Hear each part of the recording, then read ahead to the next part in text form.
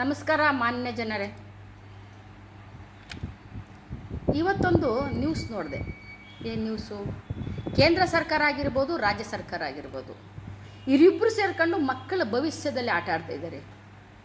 ಒಂದು ಸರ್ಕಾರ ಹೇಳುತ್ತೆ ಮಾಂಗಲ್ಯ ಸೂತ್ರನೇ ತೆಗೆದುಬಿಟ್ಬಿಟ್ಟು ಎಕ್ಸಾಮ್ ಬರೀರಿ ಅಂತಾರೆ. ಇನ್ನೊಂದು ಸರ್ಕಾರ ಹೇಳ್ತೇವೆ ಜನವರನೇ ಬಿಚ್ಚಿಬಿಡಿ ಅಂತಾರೆ. ಹಂಗಾರೆ ನೀವಿಬ್ಬರು ಸೇರ್ಕೊಂಡು ಮಕ್ಕಳ ಭವಿಷ್ಯನ ಹಾಳು ಮಾಡಬೇಕು ಅಂತಿದ್ದೀರಾ? ನೀವಿಬ್ಬರು ಮಾತಾಡ್ಕೊಂಡಿದ್ದೀರೇನ್ರಿ ಸ್ವಾಮಿ ಸರ್ಕಾರದವರೇ? ಕೇಂದ್ರ ಸರ್ಕಾರ ಹಾಗೂ ಕರ್ನಾಟಕ ಸರ್ಕಾರ ನೀವಿಬ್ಬರೂ ಸರಿಯಿಲ್ಲ.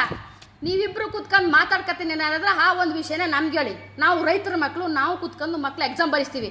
ನಿಮ್ಮ ಪ್ರಕಾರ ಮಕ್ಕಳ ಭವಿಷ್ಯ ಹಾಳು ಬಿದ್ದೋಗ್ಬಿಡ್ಬೇಕಾ?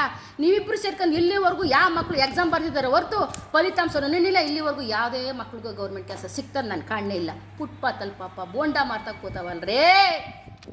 ಕೇಂದ್ರ ಸರ್ಕಾರ ಮಾನ್ಗೆಟ್ಟವ್ರೆ, ಕರ್ನಾಟಕ ಸರ್ಕಾರ ಮಾನ್ಗೆಟ್ಟವ್ರೆ. ನೀವಿಬ್ಬರೂ ಸರಿಯಿಲ್ಲ. ನಾನು ಹೇಳ್ತಾ ಇದ್ದೀನಿ, ನಿಜವಾಗ್ಲೂ ನೀವಿಬ್ಬರೂ ಸರಿಯಿಲ್ಲ.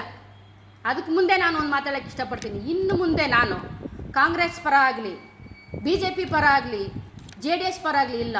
ನಾನು ನ್ಯಾಯದ ಪರ, ನೇರ ನಿಟ್ಟ ಧೀರ, ನಿಜವಾದಂಥ ಮಾತು, ನ್ಯಾಯಕ್ಕೋಸ್ಕರ ಮಾತು, ಬಡವರ ಪರ ಮಾತು. ಯಾರೇ ಆಗಿರಲಿ, ಎನಿ ಒನ್, ಪ್ರಧಾನಮಂತ್ರಿಯಿಂದ ಹಿಡಿದು ಮುಖ್ಯಮಂತ್ರಿಯಿಂದ ಹಿಡಿದು ವಿರೋಧ ಪಕ್ಷ ನಾಯಕರಿಂದ ಹಿಡಿದು ರೈತರಿಂದ ಹಿಡಿದು ಒಬ್ಬರು ಆಫೀಸರಿಂದ ಹಿಡಿದು ಯಾರೇ ತಪ್ಪು ಮಾಡಿದ್ರು ನಾನು ಹಿಂಗೆ ಮಾತಾಡ್ತೀನಿ, ಹಿಂಗೆ ಖಂಡಿಸ್ತೀನಿ. S, this is